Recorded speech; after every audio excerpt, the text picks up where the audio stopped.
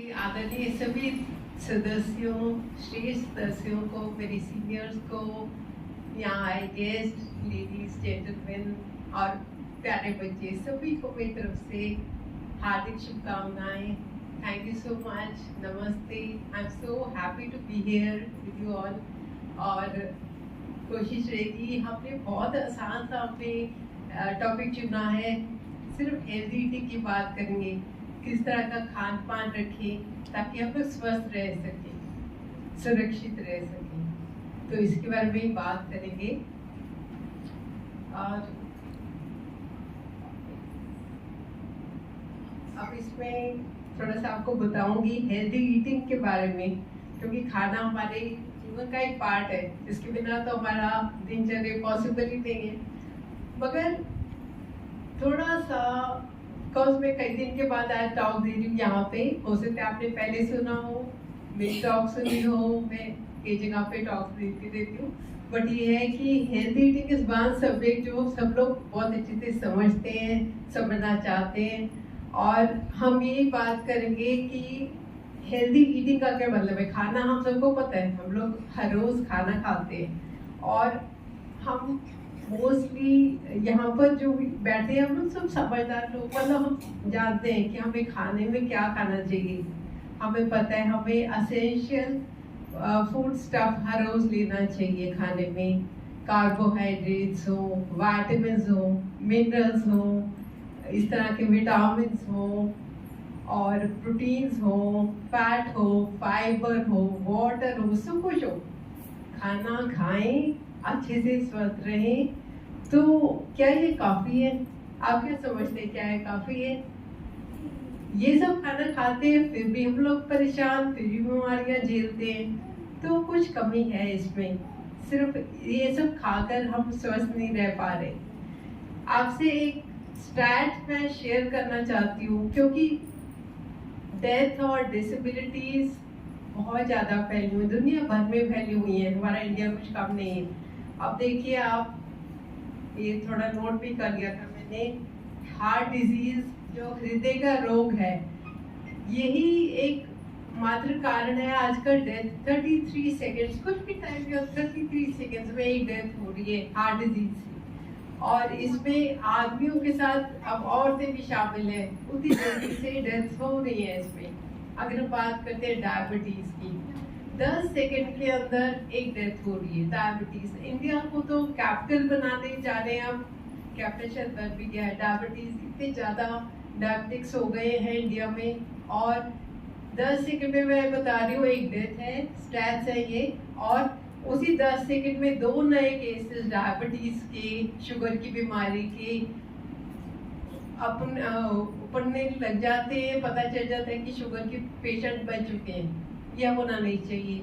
और उसके बाद अगर हम बात करते हैं ओबेसिटी या मोटापा, ये बहुत परेशान है लोग इस चीज से। समझ नहीं आ रहा कि क्यों इतना सारा मोटापा बढ़ता जा रहा है। ओबेसिटी की प्रॉब्लम दुनिया भर में फैल चुकी है और इससे बचने का तरीका नहीं समझ आता, क्या कारण है, क्यों हो गया, बट हो गया, और इससे कैसे बचे।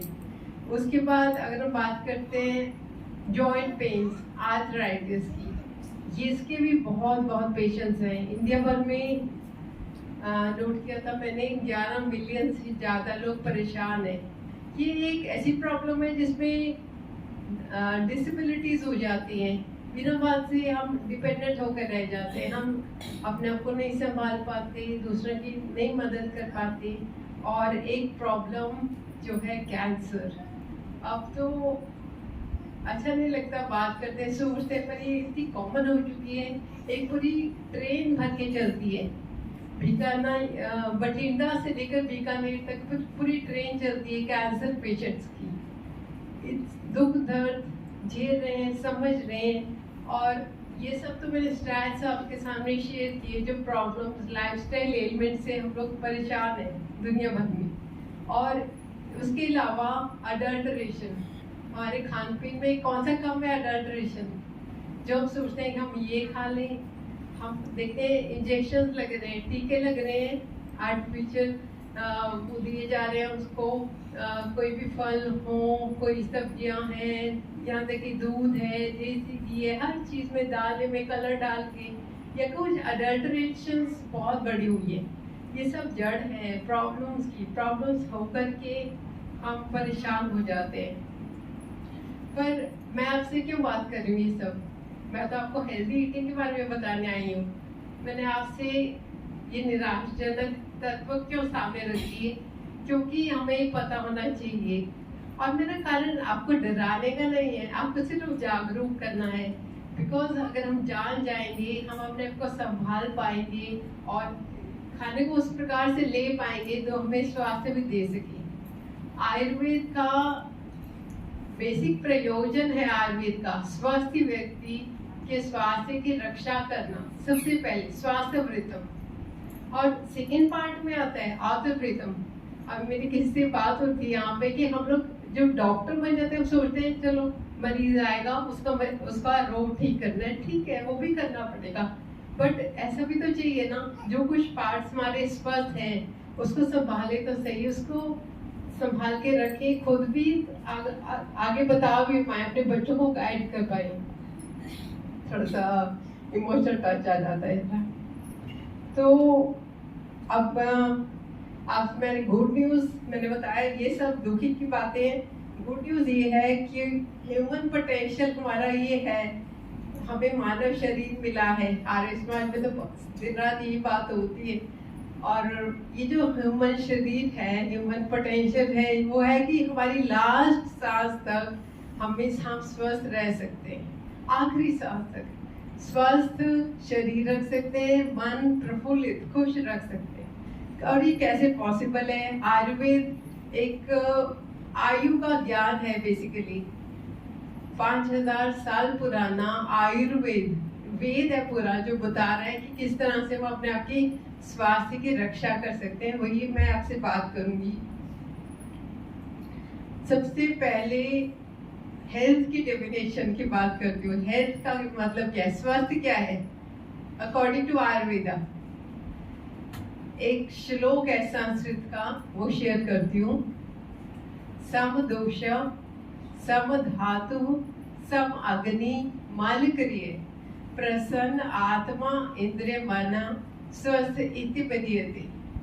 मुझे याद आ रहा है ऐसी ये आर्य समाज की बात है। एक बार बहुत साल पहले लेक्चर दे दी थी, एक छोटी सी बच्ची वहां बैठी हुई, वो मेरी पूरी उसने वीडियो, एक बच्चे को देख के ख्याल आ रहा है, वो उसने प्रॉपर टॉक मेरी रिकॉर्ड कर ली। तो मैंने उससे बाद में पूछा, मैंने कहा बेटा मेरे को मैं देखा था तू मेरी प्रॉपर टॉक करने रिकॉर्ड करी। कहते हैं आंटी इतना कुछ बताते हो भूल जाता है। Same is with all of us. मेरी खैर बहुत सारी यूट्यूब चैनल है, बहुत सारी वीडियोस हैं, टॉक्स पे जब भी निमंत्रण आता है जरूर आ जाती हूँ। तो थोड़ा सा अलग चला गया टॉपिक, मैं बता देती। ये श्लोक बताया था, अब इस श्लोक का थोड़ा सा डिटेल जानना बहुत जरूरी है हमारे लिए। सम दोष, दोष क्या है? 3 दोष है, वात पित्त और कफ। ये दोष बेसिकली लाइफ फोर्स एनर्जीज है, पूरा ब्रह्मांड इनसे बना है और हम शरीर हमारा इससे बना है। ये 3 दोष अगर ठीक रहते हैं, अगर सम मात्रा में रहते हैं, इसकी बहुत डिटेल मैं कई किताबें लिख चुकी हूँ। 2 किताबें मेरी इन दोषों के ऊपर ही है कि वात दोष बनेगा। ये हमारा शरीर 5 महाभौतिक है, 5 महाभूतों से हमारा शरीर बना है, ये तो सब जानते ही हैं। आकाश, वायु, अग्नि, पृथ्वी और जल। हाँ जी, ये 5 महाभूत है। अगर पहला हम उसकी बात करें, आकाश और वायु ये मिलके बना देते हैं वात दोष। वायु बन जाते हैं उससे हमारा शरीर बन जाता है। पित्त बनता है अग्नि से, और कफ बनता है पृथ्वी तत्व और जल तत्व, ये मिलके बना देते हैं। तो हमें क्या करना है, हम एज ह्यूमंस क्या कर सकते हैं, हम उसको बैलेंस मेंटेन रखें। ये आयुर्वेद का सिद्धांत है बेसिकली। ये जो श्लोक मैंने शेयर किया था, सम दोष से स्टार्ट होता है। अगर दोष बैलेंस्ड है, हमारा शरीर इन्हीं दोषों से बना है, वात पित्त और कफ। अगर ये दोष बैलेंस्ड है तो हम स्वस्थ रह सकते हैं। अगर ये इम्बैलेंस हो गया, इम्बैलेंस मतलब या तो ये बढ़ गए बहुत ज्यादा मात्रा में या कम हो गई, तब गड़बड़ हो जाती है, तब रोग प्रकट होने लग जाते हैं शरीर में। तो समदोष और फिर है समधातु। अब धातुएं 7 है। हमारी बॉडी के जो टिश्यूज बनते हैं ये है धातुएं। ये है रस, रक्त, मांस, मेद, अस्थि, मज्जा और शुक्र। ये एक के बाद एक धातुएं बनती है हमारे शरीर। जो हम खाना खा रहे हैं वो खाना पच जाएगा ठीक प्रकार से। सबसे पहले बनती है रस धातु। रस होता है जूस, रस बन गया, फिर वो आगे ब्लड में कन्वर्ट हो जाता है रक्त, फिर वो आगे मसल या मांस, मेद बॉडी फैट, अस्थि मतलब कि जो हड्डियां हमारी बनती है, मज्जा इज बोन मैरो और शुक्र है semen in males and ovum in females. तो ये जो धातुएं एक बार बन जाती है ठीक प्रकार से, उत्तरोत्तर बनती है, एक के बाद दूसरी बनती है। और इन सब का जो एसेंस है 7 धातुओं का वो है ओजस। वो है हमें जो रक्षा करेगा, हमें सुरक्षा कवच है, बीमारियों से हमें बचाता है, वो है ओजस। बट स्टार्ट होता है, देखिए आप, स्टार्ट डाइजेशन से हो रहा है, इसीलिए टॉपिक मेरा हेल्दी ईटिंग है। So it has to be, digestion हमारा ठीक रहेगा।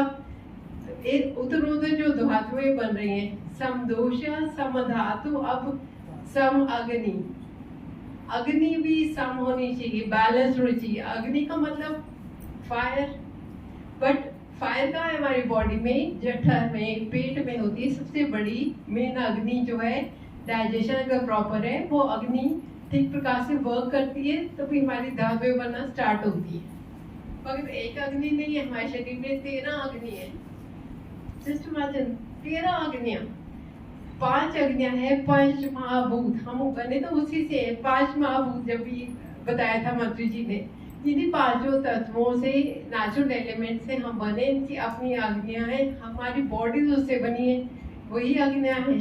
5 ये हैं, 7 अग्नियां, ये 7 टिश्यूज जो मैंने आपको बताए, रस, रक्त, मांस, मेद, अस्थि, मज्जा, शुक्र, 7 अग्नियां ये काम कर रही हैं। और जठर अग्नि, हमारे पेट में जो खाने पचाने में मेन अग्नि है, जठर अग्नि बोलते हैं उसको, ये अग्नि है। तो ये सब मिलाकर के 7 अग्नियां, समदोष, समधातु, सम अग्नि, ये भी बैलेंस होनी चाहिए। क्योंकि खाना ही नहीं पचेगा, तेज काम करने लग जाए, आग जला देगी खाने को, नहीं पचेगा। अगर बहुत हल्का चलेगी, स्लो डाउन हो जाएगा प्रोसेस, तब डाइजेशन नहीं हो पाता। It has to be balanced. समदोष, समधातु, समाग्नि, मल क्रिय। अगला पार्ट, मल क्रिय। मल हमारी बॉडी के जो वेस्ट प्रोडक्ट्स निकलते हैं बॉडी में से, वो निकलते रहने चाहिए, वो क्रिय में, क्रिय तो होना चाहिए, रुकना नहीं चाहिए बॉडी में। 3 मेन जो मल बताए गए हैं आयुर्वेद में, मूत्र, पुरीश और स्वेद, यूरिन, फीसेस और स्वेट, ये निकलता रहना चाहिए हमारी बॉडी से। अगर ये रुक गए फिर प्रॉब्लम क्रिएट कर देते हैं। मल क्रिय, ये तो हो गया एक पार्ट। अब है प्रसन्न आत्मा, इंद्रिय, मन। आत्मा हमारी तृप्त और प्रसन्न होनी चाहिए, हर टाइम होनी चाहिए। इट हैज टू बी प्रसन्न आत्मा। इंद्रिय, इंद्रियां हैं सेंस ऑर्गन्स, 5 सेंस ऑर्गन्स हैं जो हमें संभालती हैं। सेंस हम सब जानते हैं, ये सेंस ऑर्गन्स कौन से? शब्द, स्पर्श, रूप, रस और गंध। ये 5 जो शक्तियां हैं एक तरह से। अब इनको भी बैलेंस, इनमें भी तृप्ति होनी चाहिए, इनमें भी खुशी हो। प्रसन्न आत्मा, इंद्रिय और मन। मन है हमारा माइंड, वो तो हर हालत में खुश रहना ही चाहिए, सो दैट हम नॉर्मली अपने आप को ठीक महसूस कर पाए। मैं डिटेल में आती रहूंगी इसकी। टाइम प्लीज आप थोड़ा सा ध्यान रखना, मुझे बता दीजिए।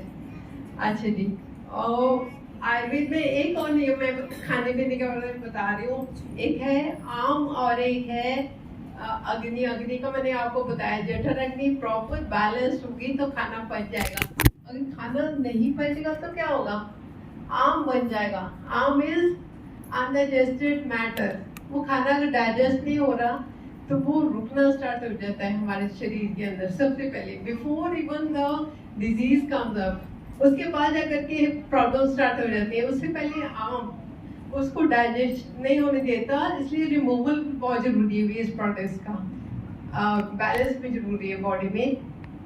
तो अब सिंपल सी बात आपको बताना चाहूँगी, हम खाने की बात करेंगे, हेल्दी ईटिंग की बात करेंगे। ये जान लेते हैं कि हम क्या खाएं, क्या ना खाएं, कैसे खाएं, कैसे ना खाएं, कब खाएं, कब ना खाएं, बस इतना सा पता चल जाए। इतना सा नहीं है, बट मेरी पूरी कोशिश रहेगी आपको बताने का। अब क्या खाएं, सबसे पहले पॉइंट,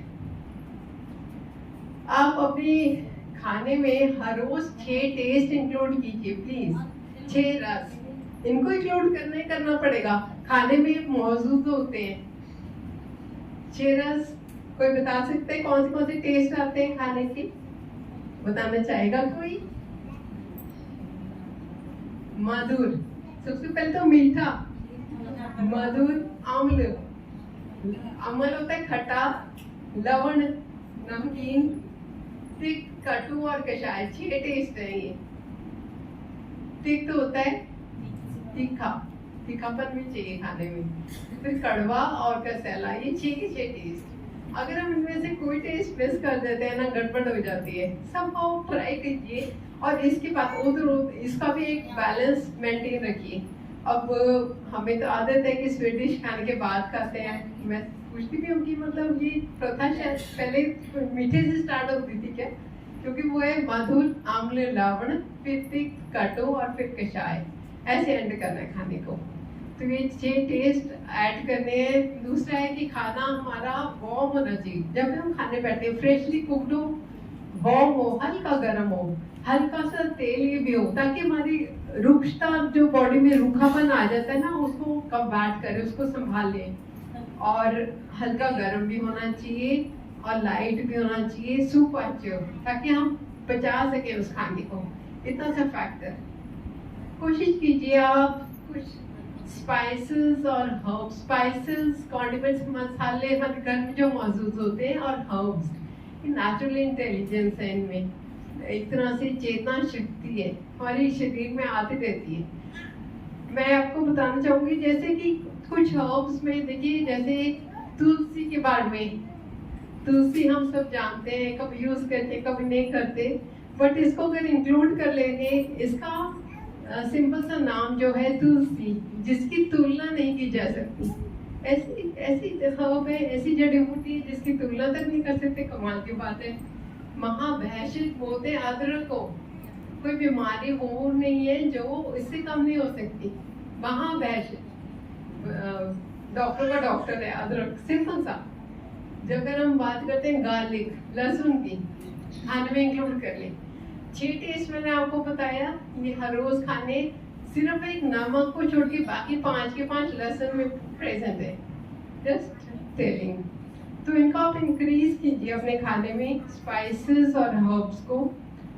हाँ, हो सकेगा तो सात्विक डाइट लीजिए। सात्विक खाना जो कि सीजनल फ्रूट, सीजनल वेजिटेबल्स, जो जिस मौसम में हम अवेलेबल है, उसके मौसम में जो प्रकृति हमें दे रही है, उसका भुगतान हम मच बेटर कर पाएंगे।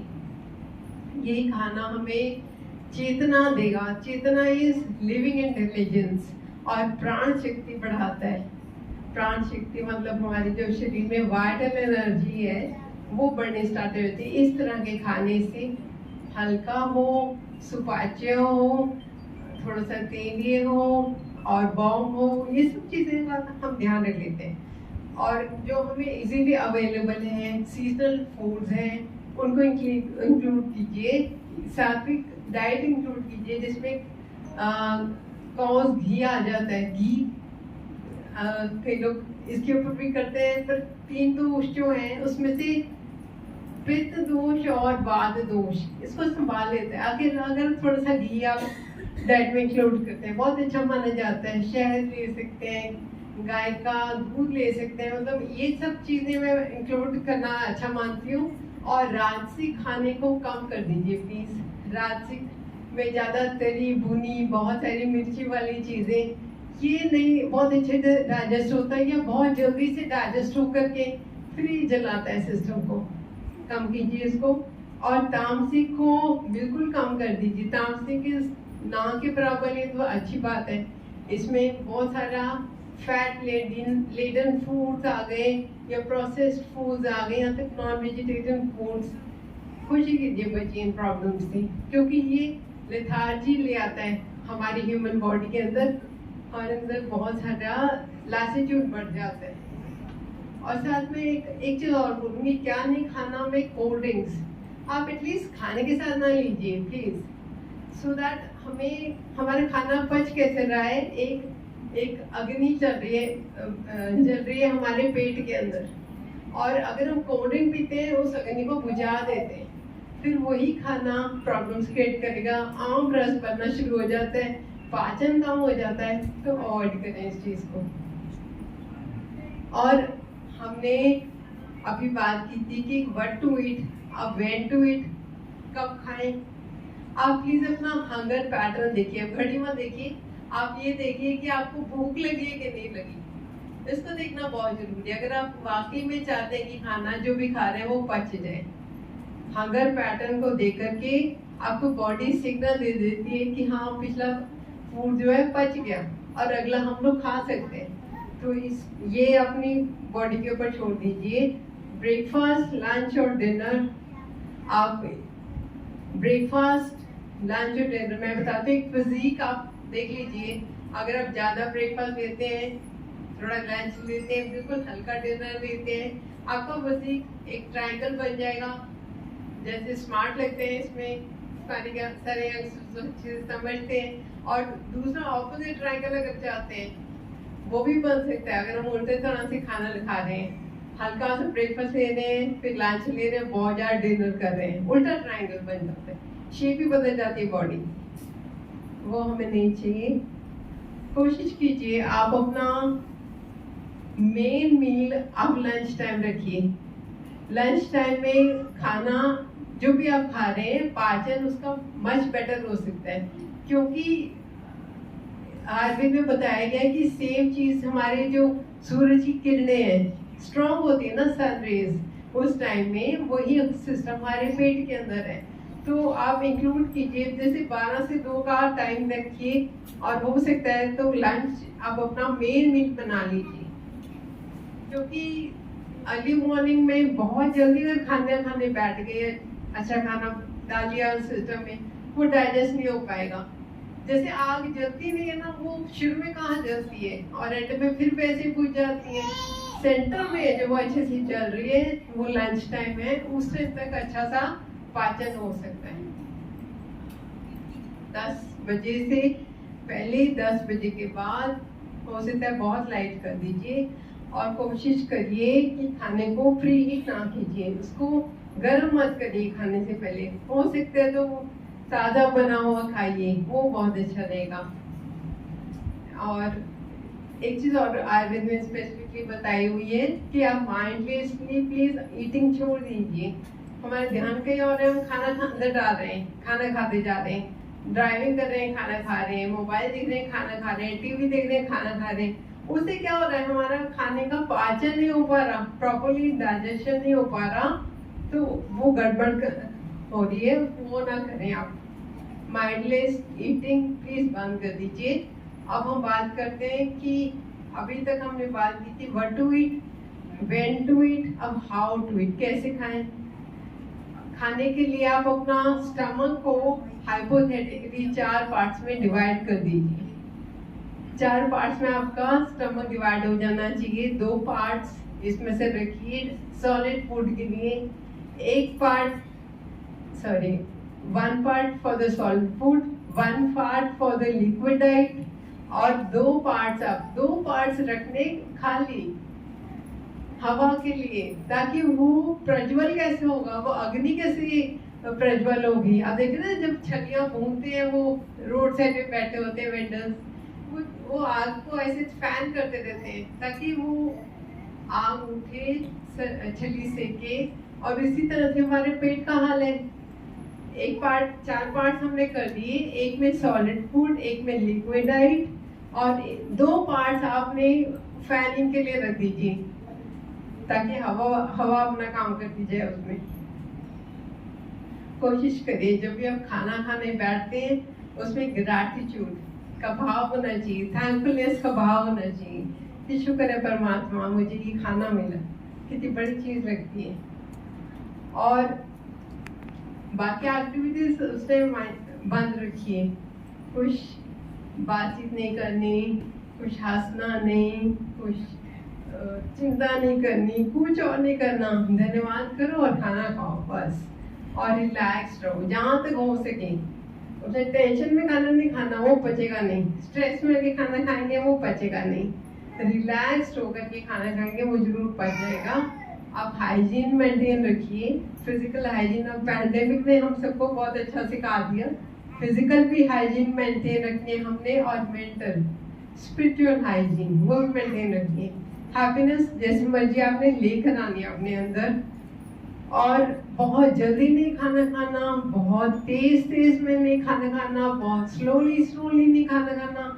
एक नॉर्मल फूड मैनरिज्म के साथ, नॉर्मल थैंकफुलनेस के साथ खाइए आप खाना, टाइम लगाइए उसमें। आपको जनरल सा तो मैंने बता दिया, सो कोशिश कीजिए सेंसेस में इंक्लूड कीजिए। आप सपोज खाना खा रहे हैं, एक राय ले रहे हैं मुंह के अंदर, तो उसमें आप पांचों तत्व तो सेंसेस को इंक्लूड कीजिए। आप देखिए शब्द, उसकी क्या आवाज आ रही है, स्पर्श, उसका टच कैसा फील हो रहा है मुंह के अंदर, रस, उसका टेस्ट क्या है, इनमें से कौन सा टेस्ट मिसिंग है, 6 टेस्टों में से, और कौन सी आप अंदर भुगतान कर पा रहे हैं, जिसको शब्द, स्पर्श, रूप, उसको देखना, रस और उसकी खुशबू को भी एहसास करना। अब आपको डाइजेशन डिजास्टर्स के बारे में बताते हैं। थोड़ा सा हम क्या गड़बड़ कर जाते हैं, उसको जानेंगे नहीं तो उसको ठीक से करेंगे। पहला डाइजेशन डिजास्टर, इसका नाम मैंने रखा है swelling food and over eating. अगर हम खाना खा नहीं रहे हैं, अगर उसको सिर्फ स्वेलो कर रहे हैं, बहुत जल्दी निगल रहे हैं, अंदर करे जा रहे हैं, वो पचेगा कैसे? वो पच नहीं सकता। अगर ऐसे होता, क्योंकि हमारे मुंह के अंदर दांत लगे हैं, उसको प्रॉपरली चबाना है, 30 बार चबाओ, 40 बार चबाओ, बिल्कुल पानी बन जाए, फिर वो अंदर जाकर के प्रॉपर डाइजेस्ट हो जाएगा। और अगर हम ये सोचते हैं कि हम बस अंदर डालते रहे, अपने आप वो होएगा, फिर वो दांत तो पेट में लगने थे ना, हमारे पेट में तो नहीं है, मुंह में लगे हुए ना, फिर हम उस तरीके से चला के रखें अपनी गाड़ी, अच्छा है। और ओवर ईटिंग तो बिल्कुल प्लीज अवॉइड कीजिए, बिकॉज उससे क्या है कि मैंने बताया कि 4 पार्ट्स में आपने भरना है खाना, 2 आपने खाली रखने हैं, 2 एक में सॉलिड एक में लिक्विड, 2 खाली रखने। अगर हमने चारों को ही भर दिया, ओवर ईटिंग कर ली, तो फैनिंग कैसे हो पाएगा? जब तक फैन नहीं हो देगी, हवा नहीं देगी, तब तक प्रॉपरली डाइजेशन नहीं होगा, वो बिल्ड नहीं हो पाएगी गैस, वो जो अग्नि बिल्ड होनी है, जो कि जठर अग्नि कहते हैं। ये बहुत बड़ा डिजास्टर है, इससे बचिए। स्वैलोइंग फूड एंड ओवर ईटिंग पहला डिजास्टर जो हम गड़बड़ कर रहे हैं, सिर्फ उसकी बात है। दूसरा है late evening is cleansing time. शाम के टाइम अगर हम खाना अंदर डाल दें, शाम के टाइम क्या हो रहा है हमारी बॉडी में, नेचुरली तो हो रहा है कि जो भी हम खाना खा रहे हैं, एक झाड़ू चल रही है, नेचर ने हमें प्रयोजन दिया हुआ है, इतना बड़ा झाड़ू चल रहा है, अंदर सफाई चल रही है, सफाई अभियान चल रहा है, ताकि खाने में से जो वेस्ट निकलते जाए। बट हमने खाना और डाल दिया, हम रात को खाना खाने लग गए, उससे क्या हुआ?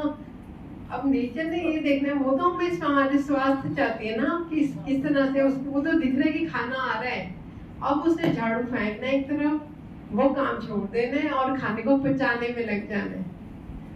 फिर सफाई कैसे होगी? बिकॉज म्यूकस तो बच जाएगा, अनडाइजेस्टेड फूड या आमरस तो बचेगा हमारी बॉडी के अंदर, इसलिए बचता भी है। तो रात को नहीं खाइए, इसलिए जरूरी है ये चीज।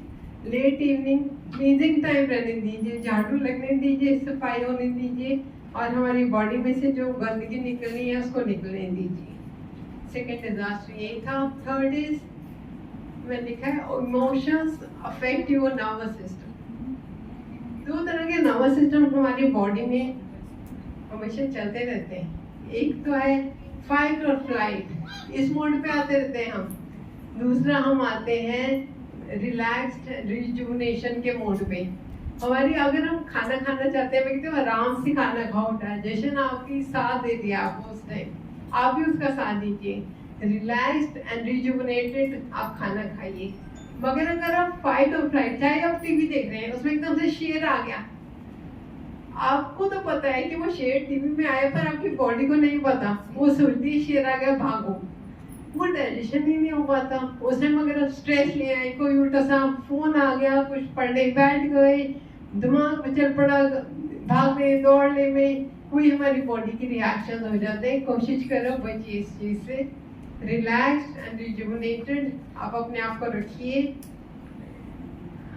मैंने आपको बताया, आई थिंक सो मोस्टली बहुत जनरल बताया है, बट हमें ये पता चलना जरूरी है कि हम क्या खाएं, कब खाएं, कैसे खाएं, और साथ में कब ना खाएं, क्या ना खाएं, कैसे ना खाएं, सब कुछ बताया। और तीसरा मैंने डिजास्टर्स बताया जो प्रॉब्लम क्रिएट करते हैं। ये आपको याद है तीनों डिजास्टर? सबसे पहले वाला कौन सा था? एनीबॉडी? पहला डिजास्टर जो प्रॉब्लम क्रिएट कर देता है, स्पॉइलिंग फूड।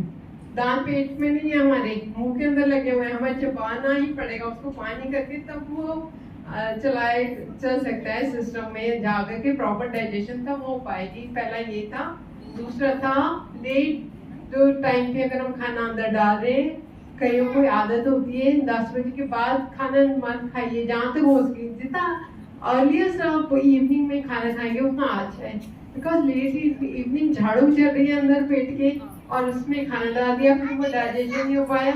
और तीसरा है कि इमोशंस का भी ध्यान रखिए खाना खाते समय। अगर आप इस तरह का कोई फाइट एंड फ्राइट चीज देख लेंगे तब गड़बड़ हो जाएगी, आप डाइजेशन प्रॉपर होता देगा खाने का। अगर आप रिलैक्स तरीके से ग्रैटिट्यूड के भाव से आप खाना खाते हैं, तो हमारे पास अगर टाइम है तो थोड़ा सा और बता देती हूँ, है जी? Thank you. बिकॉज मैंने पीछे लेक्चर दिए एक दो बार, और बच्चों से मैंने अपने बच्चे बड़े, उनसे मैंने ऐसे ही पूछा जनरली कि ठीक है मैं टॉक दे रही हूँ, बता रही हूँ ये सब चीजें, बट उनको और क्या दूँ? उन्होंने बोला कि आप लोग गिव अवे तो कुछ करो ना, अगर वो घर ले जा सके कोई चीज। यही सोच के मैंने 6-7 पॉइंट लिख लिया। वेलनेस मेंटेन रखिए, अपने को हेल्दी रखिए, और हम क्या कर सकते हैं। जल्द से सिर्फ 7 पॉइंटों की बात करूंगी, फिर टॉक बंद करूंगी अपनी। तो हम बेसिकली होलिस्टिक लोग हैं, सिर्फ हम नहीं, ह्यूमन बॉडी माइंड सोल सभी करते हैं, हम अलग नहीं।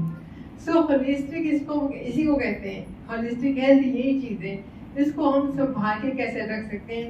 इस 4 पॉइंट्स आप में लेकर आई हूँ, लिख करके आप इनका बस ध्यान रखिए, अपने आप को ठीक रखिए। सबसे पहला चीज तो डाइट ही है, एवरीडे डाइट। हर रोज जो हम खान पान कर रहे हैं उसकी तो हमने कुछ बात भी अभी करी है। हमने इस चीज के बारे में अपनी हर मोर्सल का ध्यान रखा, हर ग्राही जो हम खा रहे हैं कोशिश करिए प्योरेस्ट फॉर्म में खाना खाइए। वो सारी बातें मैंने अभी आपसे शेयर की हैं कि कैसे आपने करना है, और आपने अपने माइंड की प्रायोरिटी को भी उस टाइम में ख्याल रखना है ना। कहा जाता है कि आप मंत्र जाप तक करिए, बिकॉज जो खाना खाएंगे वो प्रॉपरली पच जाए। पानी भी जैसे सारे दिन में, मेरे पास बहुत सारे लोग basically as a patient problem के साथ बात करते हैं, तो मैं उनसे एक क्वेश्चन जरूर पूछती हूँ कि आप पानी कितना पीते हैं? 1 गिलास 2 गिलास, उसको कहता है हम पीते नहीं। मैंने कहा आपका वो बचेगा कैसे?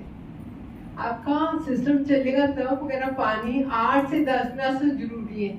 आज का तो पसीना आ रहा, और बढ़ा लीजिए, पानी जरूरी है, बट खाने के साथ में पानी नहीं पीना उतना जरूरी ये भी है। 6 टेस्ट की बात की थी मैंने, ये 6 के 6 टेस्ट, मधुर अन्न लवण तिक्त कटु और कषाय, 6 के 6 टेस्ट अपने खाने में इंक्लूड कीजिए। आप देखिए आपका पाचन बढ़ सकता है, बेटर हो सकता है। एक बार ये चल पड़ेगी गाड़ी तो आपका स्वास्थ्य बेटर हो जाएगा। ये भी बताया था कि फ्रेश खाना खाइए, कोशिश करिए रीहीट ना कीजिए उसको, और हो सकेगा हल्का लाइट होना चाहिए, वार्म होना चाहिए, और हल्का सा तेलीय भी होना चाहिए ताकि आप डाइजेशन प्रॉपरली पा सकें। ये तो खाने की बात हो गई। दूसरा लाइफस्टाइल, डेली लाइफस्टाइल। आपने डेली फूड की बात की थी, अब डेली लाइफस्टाइल। आपको खाना हर रोज खाना है, और आपने हर रोज का जो आपका व्यवहार है सारे दिन आपने कैसे जीवन शैली अपनी बितानी है, सुबह से शुरू करने। अर्ली मॉर्निंग राइजिंग स्टार्ट कीजिए प्लीज, जल्दी उठिए।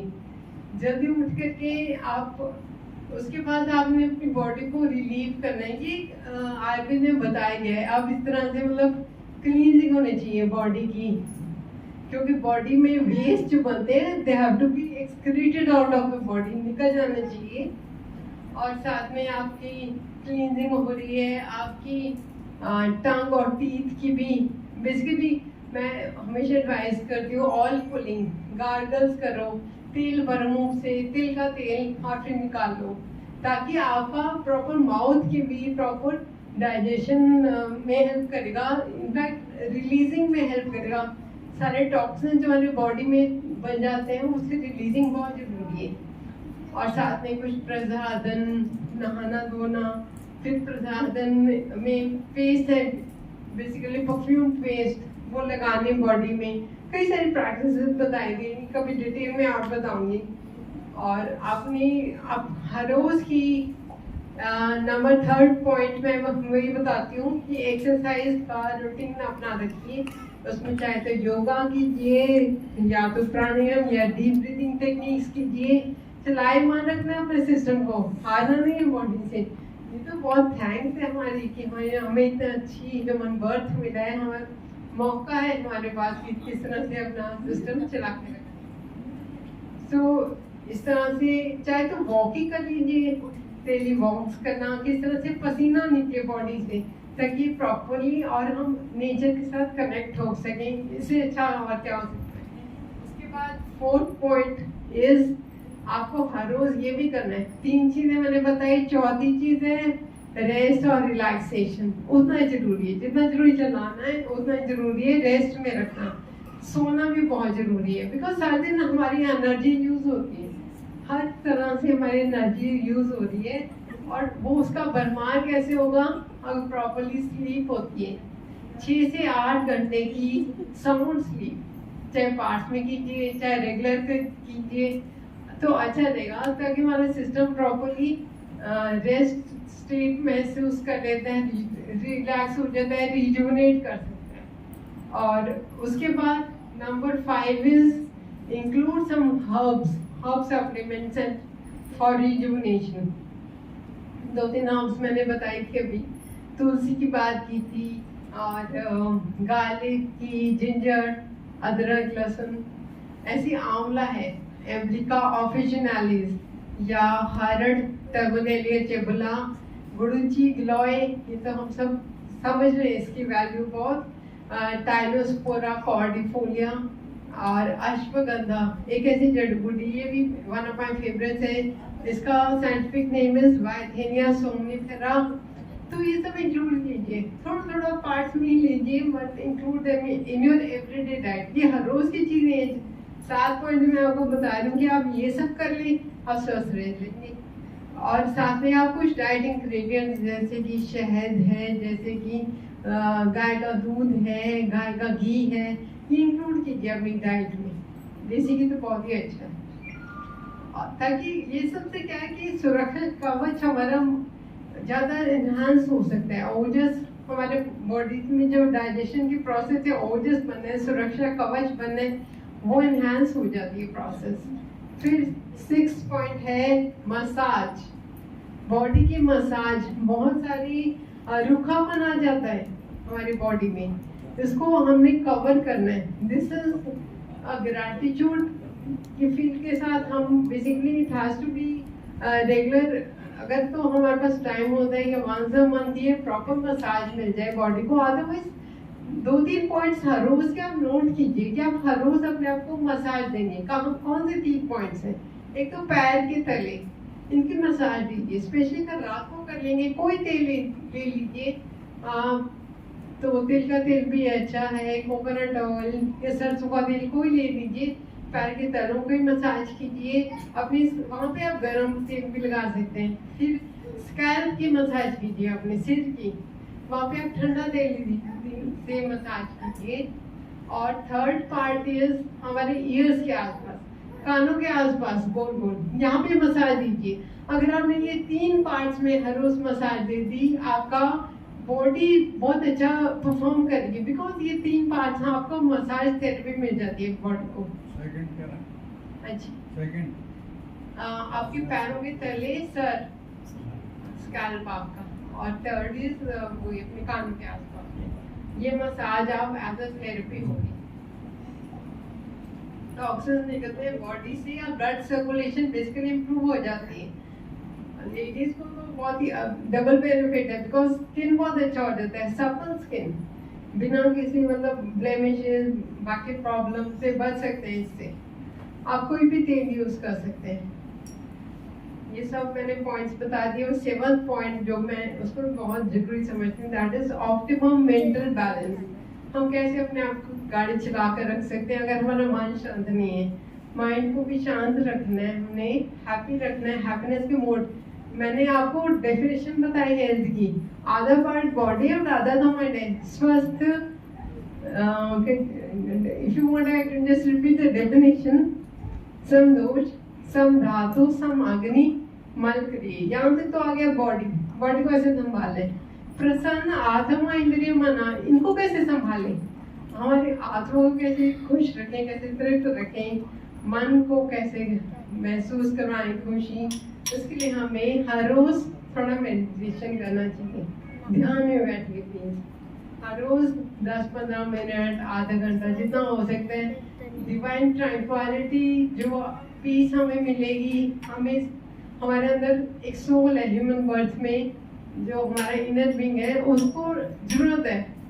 और नीचे के साथ कनेक्टिविटी बना के रखिए, जैसे भी हो सकता है आप अपने आप को स्वस्थ रख सकते हैं। So thank you ji, thank you very much.